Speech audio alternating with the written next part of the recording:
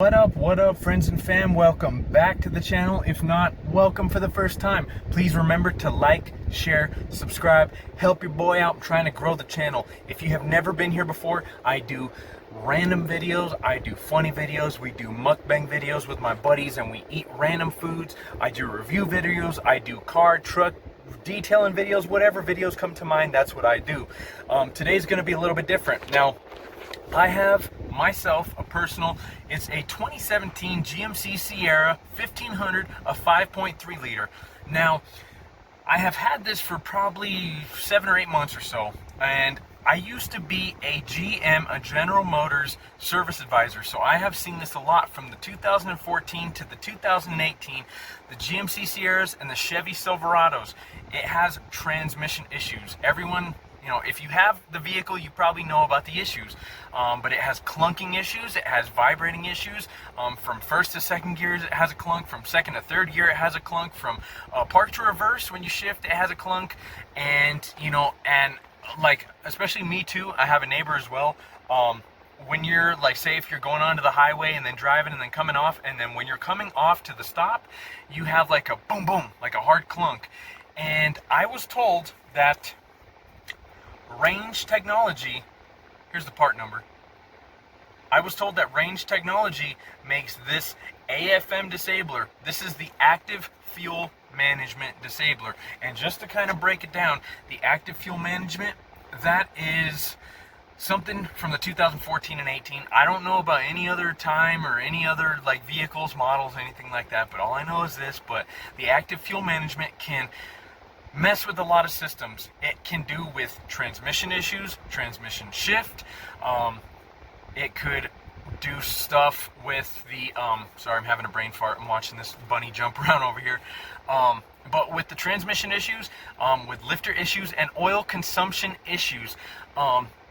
So the active fuel management system, it's not too good, it's not too hot. We do see a lot of issues. We have seen a lot of issues in the past that have to do with that. So when I did research and I asked around, people were saying, get this AFM disabler and it's going to help.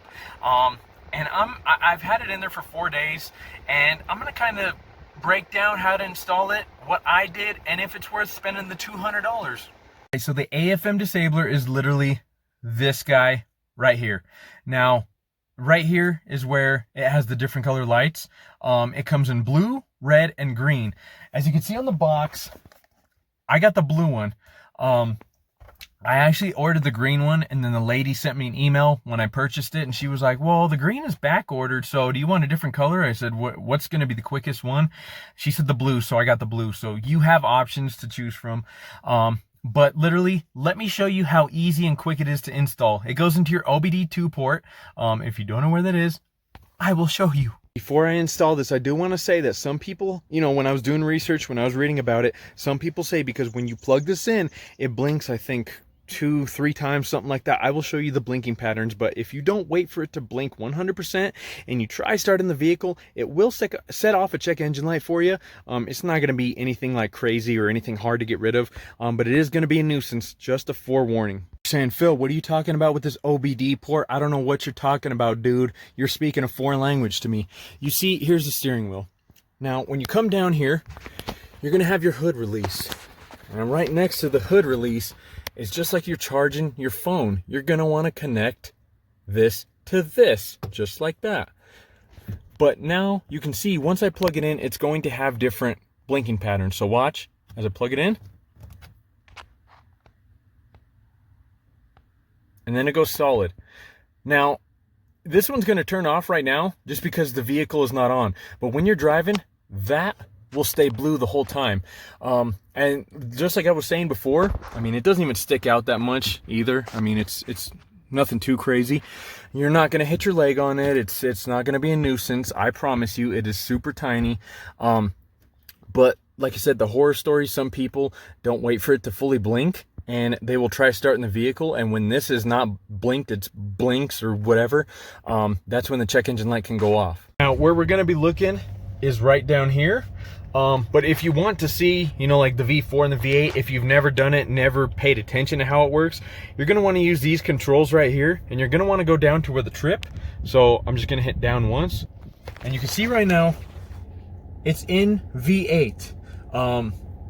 So once we get started going, I'm gonna get going and stuff like that, but once we get started going, you're gonna see at what different points, what different levels, it's gonna go into V4 mode. Okay, now you can see I'm in my neighborhood, I'm just going up the street, but it's in V8 mode. You know, I'm giving it a little bit of gas. You can see the speedometer right there. But if I was to let go, just kind of let it coast, it's gonna go into V4, which it disabled those other 4 cylinders. I don't know why I did that. But it disabled those other 4 cylinders. So you can see it obviously toggling between V4 and V8 mode. Right now I'm taking the gas off. It went into V4 again. And you can kind of see and understand why now, if you ever paid attention to this, like why you're doing a lot of shifting, especially like if you're doing a lot of city things, you're going in between 4 and 8, and it's gonna be a lot on the motor, you know, for it to be like 4, 8, 4, 8, 4.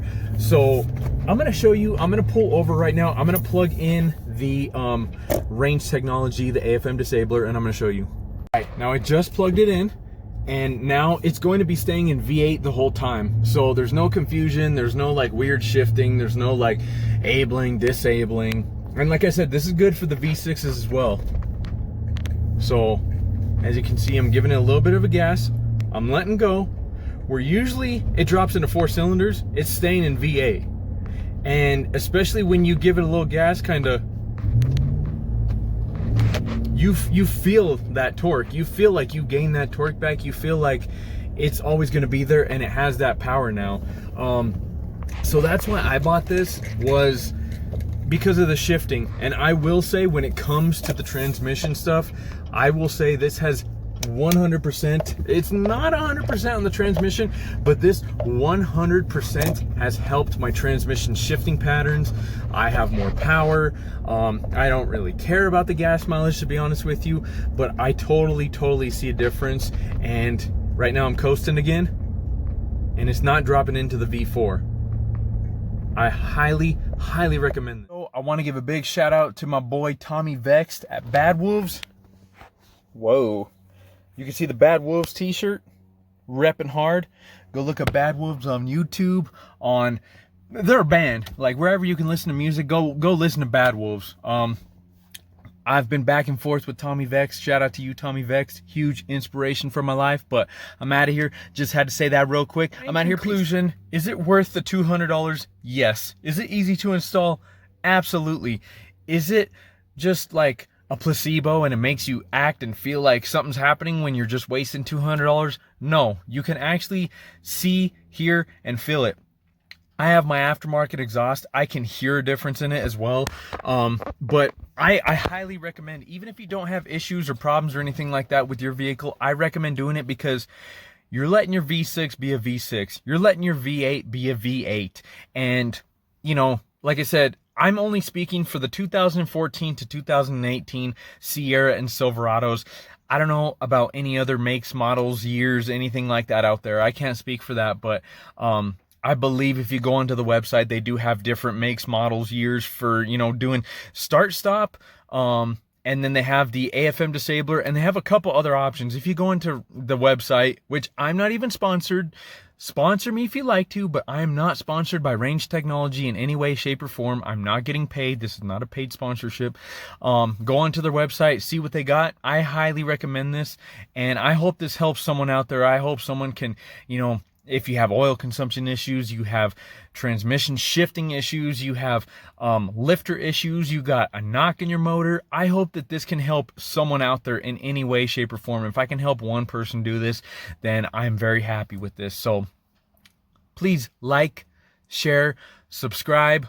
Welcome to the channel. Thank you for stopping by the channel. Share this video on all social medias, you know, wherever we can, because I know there's people on forums, on Instagram, on Facebook, on Snapchat that have issues like this. So I hope this can help someone out there. But y'all have a good day. I hope everyone has a good weekend, has a good Monday, whenever you're watching this. But I appreciate and I love every single one of you out there. I'm out of here. Peace.